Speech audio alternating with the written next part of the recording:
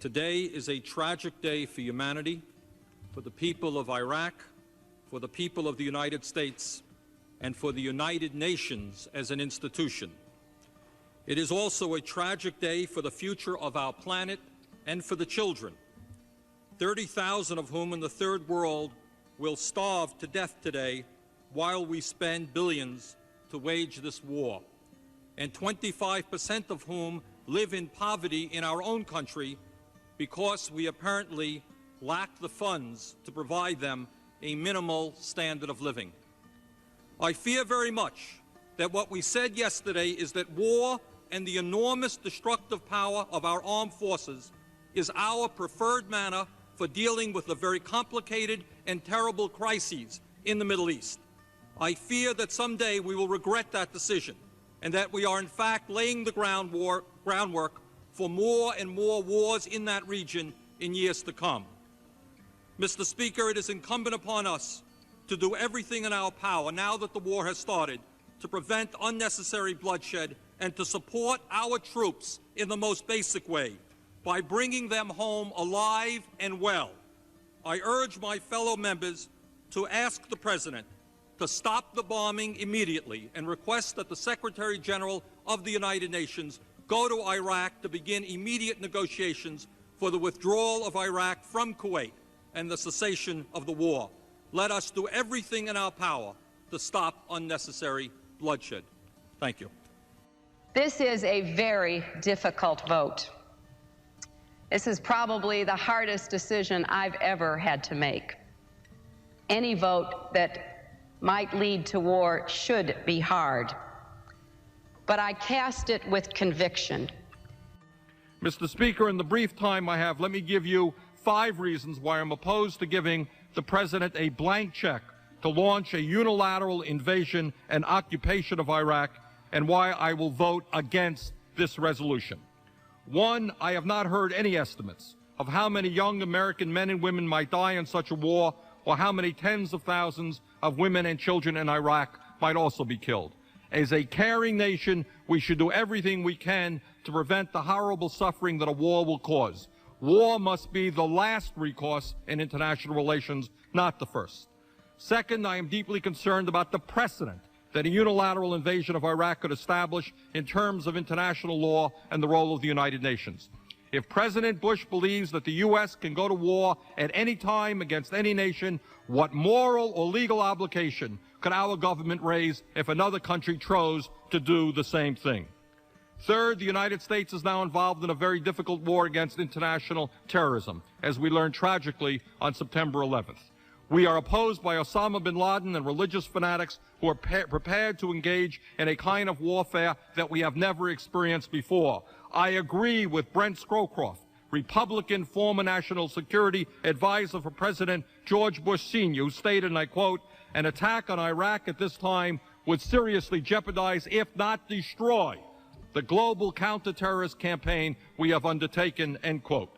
4th, at a time when this country has a $6 trillion national debt and a growing deficit, we should be clear that a war and a long-term American occupation of Iraq could be extremely expensive. 5th, I am concerned about the problems of so-called unintended consequences. Who will govern Iraq when Saddam Hussein is removed? And what role will the U.S. play in an ensuing civil war that could develop in that country? Will moderate governments in the region who have large Islamic fundamentalist populations be overthrown and replaced by extremists? Will the bloody conflict between Israel and the Palestinian Authority be exacerbated? And these are just a few of the questions that remain unanswered. If a unilateral American invasion of Iraq is not the best approach, what should we do? In my view, the U.S. must work with the United Nations to make certain, within clearly defined timelines, that the UN inspectors are allowed to do their jobs. These inspectors should undertake an unfettered search for Iraqi weapons of mass destruction and destroy them when found, pursuant to past UN resolutions. If Iraq resists inspection and elimination of stockpiled weapons, we should stand ready to assist the UN in enforcing compliance. I thank the gentleman. I don't think it can be either or. Now, I voted for the Iraqi resolution, and it was a very difficult vote for me. Why don't you, straight. Good.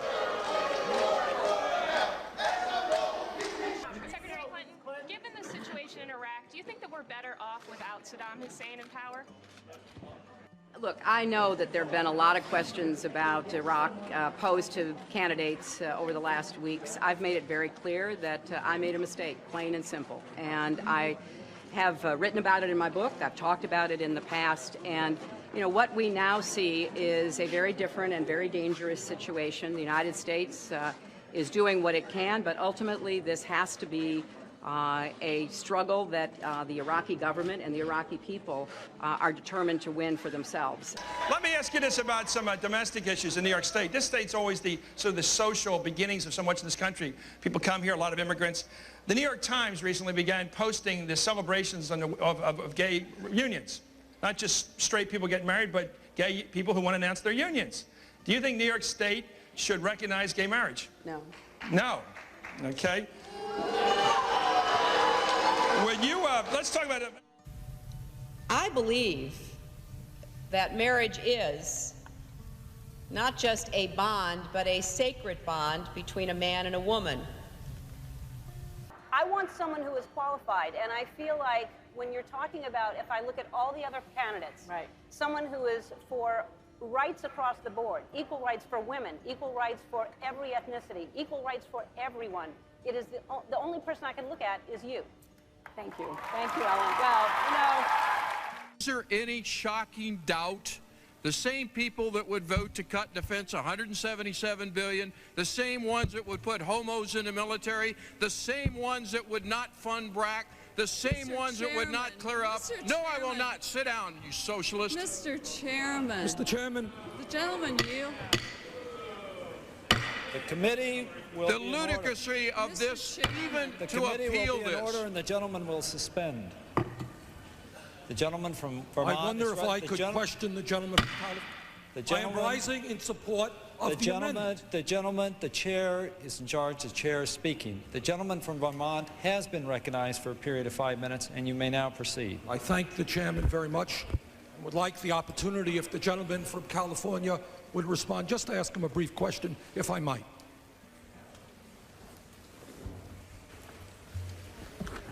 Now, my ears may have been playing a trick on me, but I thought I heard the gentleman a moment ago say something, quote unquote, about homos in the military. Was I right in hearing that expression? Absolutely. Putting homosexuals in the military. You said something about homos in the military. Was the gentleman referring to the many thousands and thousands of gay people who have put their lives on the line in countless wars defending this country? Was that the group of people that the gentleman was referring to? I'm talking about the military people in the military do not support. That's not what we were talking about. You used the word homos in the military. You have insulted thousands of men and women who have put their lives on the line. I'm talking about you and liberals like you that keep the foreign defense. Gentlemen. Reclaiming my time. I go out to high schools all over the state of Vermont. I go to the conservative parts of the state, and I ask the kids, I said, raise your hand. Tell me what you think about gay marriage. And kids kind of shrug their shoulders, and they say, what are you talking about? What is the big deal? Which is exactly what we've always wanted in the first place. What is the big deal? All right? The point is that when millions of people stand up and fight, they win. That's it. And when people do not stand up and fight, we lose. We've got to do several things, and I am, adamantly against illegal immigrants. I made this exception basically on humanitarian grounds because of the individual stories, but certainly we've got to do more at our borders, and people have to stop employing illegal immigrants. Come up to Westchester, go to Suffolk and Nassau counties, stand in the street corners in Brooklyn or the Bronx. You're going to see loads of people waiting to get picked up to go do yard work and construction work and domestic work. I think the people who are here, who are raising families and working hard and contributing to our country, deserve a path to citizenship. I have believed that for many years. I have argued that in many different contexts. I rise this afternoon to say a few words about the immigration reform bill that, as I understand it, we will begin discussing next week. And as the son of an immigrant, somebody who came to this country at the age of 17 without a nickel in his pocket and who was able to send his 2 kids to college, needless to say, I support immigration. Our country is unique in the world. Our country is great because, in fact, we are the sons and daughters of immigrants, and I think we should all be very proud of that. And this is a really serious issue. We have more people in jail today than any other country on earth. You all know that? We have large numbers of lives that have been destroyed because of this war on drugs and because people, were caught smoking marijuana and so forth. I think we have got to end the war on drugs. And, looking at what's going on in Colorado and elsewhere, but I am not unfavorably disposed to moving toward the legalization of marijuana. Would you? It's been more than a year since you said that. Are you ready to take a position tonight? No. I think that we have the opportunity through the states that are pursuing recreational marijuana to find out a lot more than we know today. I do support the use of medical marijuana, and I think even there we need to do a lot more research so that we know exactly how we're going to help people for whom medical marijuana provides relief. So I think we're just at the beginning, but I agree completely with the idea that we have got to stop imprisoning people who use marijuana. Therefore, we need more states, cities, and the federal government to begin to address this so that we don't have this terrible result that Senator Sanders was talking about, where we have a huge population in our prisons for nonviolent, low-level offenses that are primarily due to marijuana. Secretary Clinton, thank you. You tell a story that, to me, illustrates what has happened to our political system in regard to the middle class, in regard to democracy in the country as a whole, and it involves Hillary Clinton. I had written an op-ed about a piece of pending bankruptcy legislation. The credit card companies have been pushing to try to tighten the bankruptcy laws, sort of like locking the doors to the hospitals and then claiming nobody's sick in America. So they were trying to get the bankruptcy laws constricted so that fewer families could get in. Why? Because you can make more money if those families don't go into bankruptcy, if you're a credit lender. Mrs. Clinton evidently saw the First Lady. The First Lady. She was then First Lady. This is in the 1990s, late 1990s. Mrs. Clinton saw the piece, and I got a call from the White House. And they said Mrs. Clinton was going to be in town to give a speech in Boston, and would I come and meet with her? I said, sure. And so I put together all my files. I show up at the appointed place. After she's finished her speech, we're ushered into a tiny little room somewhere in the bowels of this hotel, and just the two of us. They close the door. Mrs. Clinton sits down. We have hamburgers and French fries. And you tutor her. And she says, tell me about bankruptcy. And I got to tell you, I never had a smarter student. Quick, right to the heart of it. I go over the law. It's a complex law. Went over the economics, showed her the graphs, showed her the charts, and she got it. Within 20 minutes, she could play where the rest of it would come. Well, then that will mean this part's happened. That will mean this has happened. I said, yes, that's right. And at the end of the conversation, Mrs. Clinton stood up. She said, let's get our picture taken, which we did. And she said, Professor Warren, we've got to stop that awful bill, referring to this bankruptcy bill that's sponsored by the credit card companies. And when Mrs. Clinton came back with a little better understanding of how it all worked, they reversed course, and they reversed course fast. And indeed, the proof is in the pudding. The last bill that came before President Clinton was that bankruptcy bill that was passed by the House and the Senate in 2000, and he vetoed it. And in her autobiography, Mrs. Clinton took credit for that veto, and she rightly should. She turned around a whole administration on the subject of bankruptcy. She got it. And then? One of the first bills that came up after she was Senator Clinton was the bankruptcy bill. This is a bill that's like a vampire. It will not die, right? There's a lot of money behind it. And the bill her husband had vetoed. Her husband had vetoed it very much at her urging. And? She voted in favor of it. Why? As Senator Clinton, the pressures are very different. It's a well-financed industry. A lot of people don't realize that the industry that gave the most money to Washington over the past few years was not the oil industry, was not pharmaceuticals. It was consumer credit products. Those are the people, the credit card companies have been giving money, and they have influence. And Mrs. Clinton was one of them, as senator. Yeah. She has taken money from the groups, and more to the point, she worries about them as a constituency. So what does this mean, though, to these people, these millions of people out there whom the politicians cavort in front of as favoring the middle class and then are beholden to the powerful interests that undermine the middle class? What does it say about politics today? You know, this is the scary part about democracy today. We're talking again about the impact of money. The credit industry on this bankruptcy bill has spent tens of millions of dollars lobbying, and as their profits grow, they just throw more into lobbying for how they can get laws that will make it easier and easier and easier to drain money out of the pockets of middle-class families.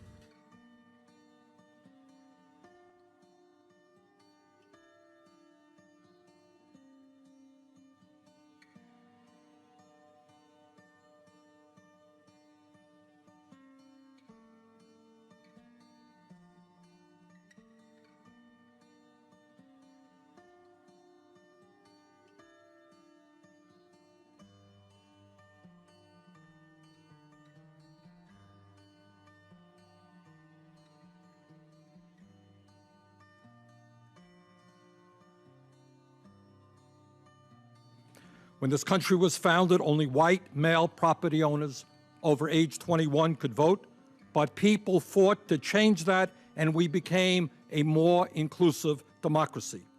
After the Civil War, we amended the Constitution to allow non-white men to vote. We became a more inclusive democracy. In 1920, after years of struggle and against enormous opposition, we finally ratified the 19th Amendment guaranteeing women the right to vote. We became a more inclusive democracy.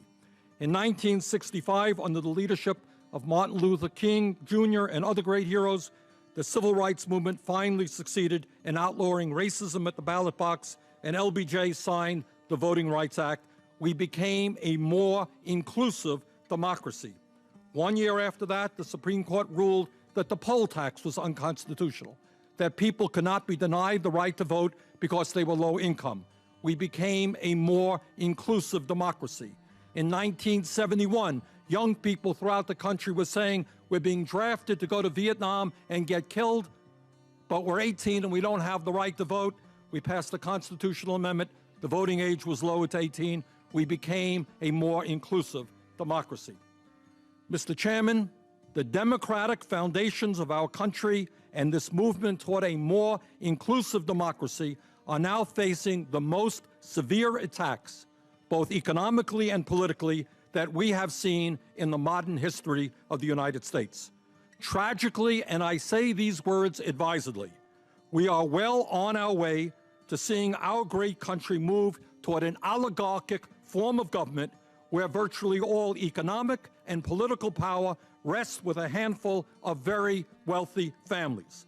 Citizens United is a part of that process, and that is a trend we must reverse. Economically, the United States today has by far the most unequal distribution of wealth and income of any major country on earth, and that inequality is worse today than it was in any time since the late 1920s. One family, the Walton family of Walmart fame, owns more wealth than the bottom 40% of the American people. Bottom 60% own less than 2% of the wealth. Top 1% owns 40% of the wealth.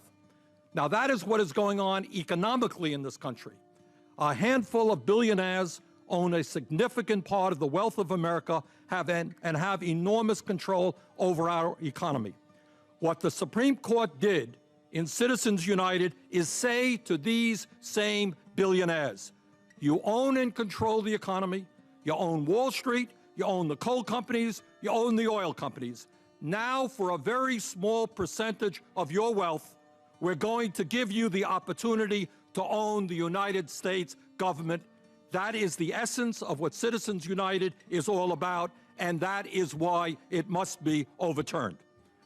Let us be clear. Why should we be surprised that one family worth $50 billion is prepared to spend $400 million in this election to protect their interest?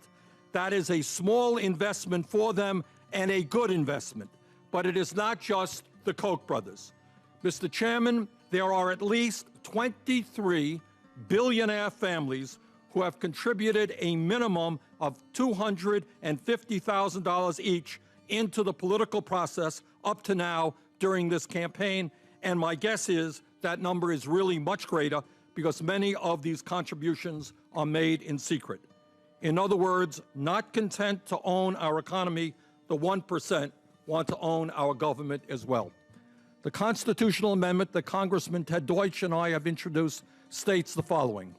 For-profit corporations are not people and are not entitled to any rights under the Constitution. For-profit corporations are entities of the states and are subject to regulation by the legislatures of the states so long as the regulations do not limit the freedom of the press. For-profit corporations are prohibited from making contributions or expenditures into political campaigns. Congress and the states have the right to regulate and limit all political expenditures and contributions, including those made by a candidate. I am proud to say that the American people are making their voices heard on this issue. You got over close to 2 million signatures right there on a petition. In my state of Vermont, we have seen dozens and dozens of towns go on record as saying they support a constitutional amendment, and we have 6 states having done the same. You have some very good amendments here with Senator Baucus, Senator Udall, and Congresswoman Edwards. I hope we move on this issue because the future of American democracy is at stake. Thank you very much. Thanks, Senator Sanders.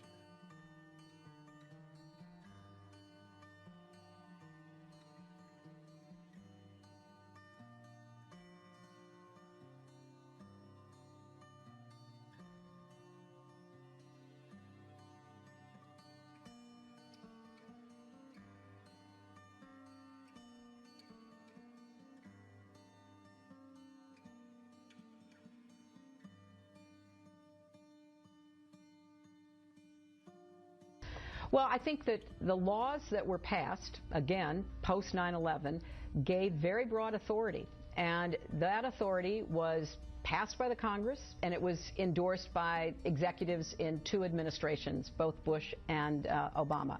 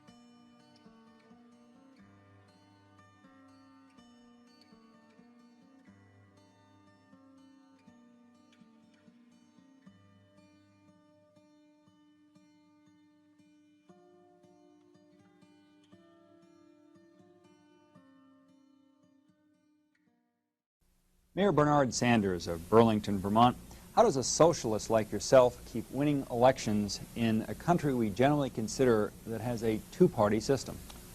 Well, I think we win in Burlington. I should point out that in Burlington, I am the mayor, and I've won on 4 occasions, but we have 13 people on our city council, our board of aldermen, and 6 of them are progressive, so it's not just me. We have probably the only strong 3-party city in the United States of America. And I think the reason that we win and continue to win is that increasingly people are frustrated and angry about a 2-party system which is dominated by big money and which does not pay attention to the needs of working people or elderly people or poor people. And I think if you talk common sense to the people and you say the government is supposed to represent the needs of those people who today are not getting a fair shake, you know what? They'll vote for you. And the problem that we have nationally in this country is that the 2-party system dominated by big money is not delivering for ordinary people, which is why people are giving up on the political process, why they're not voting, and why there is a great deal of anger and frustration at the political system as it now exists.